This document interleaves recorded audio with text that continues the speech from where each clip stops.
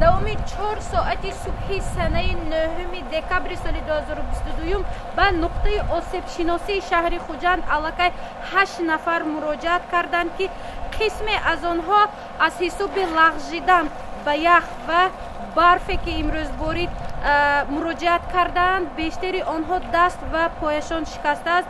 دکتران این نقطه سری وقت به آنها کمک اولینی طبی رسانده ایستادند.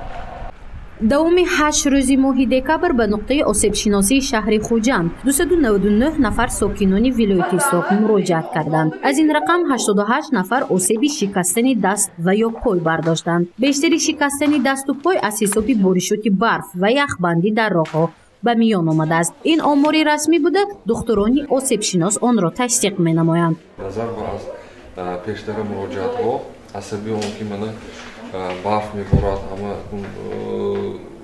می‌لغزد تگی پاها یخ شدگی بنابر همین به ما کمتر بسیار مراجعت کردند.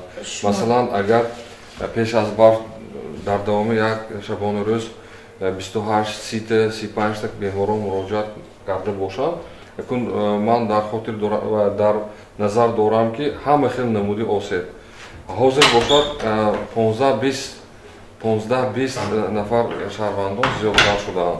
این دخترک نابالغ از ناحیه باباجان غفوروف از صبح امروز سنه 9 دکبر او را مادرش به مکتب گسیل کرد. پس از 10 دقیقه خبری در برف و یا یخ لغزیده افتیدن او را به بیبیش رساندند. دخترک در درآمدگاه مکتب افتیده است. دکتران بعد نظارت و تحلیل معین کردند که دستش شکسته است. مکتب رفت اسکنده افتیده است. پیش مکتب درآمدش کرد. سانی معلمش آدم موندن. دستش بسته. گران اومدن. سانی من ایسی گران اومدن. این کی شد این کار؟ همین تا به ساعتی شنبه همین پگروز.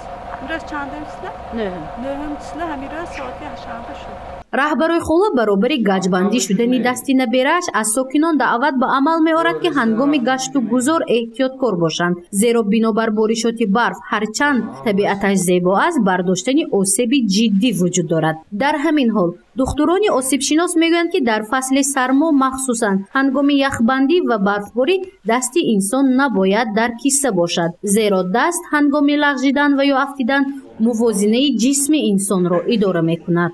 این سهار من بیماری که با برف برآمده لغزیده در وقت افتیدن دست خود را به زمین داشته است، قسم پایانی استخوانی بندی دست شکسته است.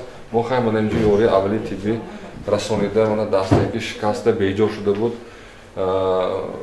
راست کرده با من عکسی تکراری که استادش قناعت بخش است به خانه‌شان گسیل کردم. بنابر همین من از شهروندان التماس میکردم که برای همین شبانه روز هوایی که من برف باریده زمین ها یخ شدند احتیاط شود و هده بیهوده به کوچه ها نبرند. در وقتی به کوچه برآمدن یکم پیشنهادی من همین که همین دست کستوه نکرده گردن که اگر در وقت افتیدن آسیب‌های وزنی میگیرد، اگر که دستشون بی‌ملال در کسته نباشد اگر خود را اداره کردن آسان‌تر است. دکتران نقطه آسیب شناسی شهر خوجند ابراز می‌دارند که در این یخبندی و برفباری شماره مراجعت کنندگان به مراتب افزوده است و محض از این حساب آسیب شکستن دست و یا پای به نظر می‌رسد. از این رو آنها از والدان، ساکنان شهر خوجند و ناحیه‌های اطراف آن مخصوصاً کودکان و کلانسالان دعوت به عمل می‌آورند که بی ضرورت به کوچه نبرایند. زورشی مفنوشکور و نسیم رحیمов برای برنامه اطلاعاتی خبر.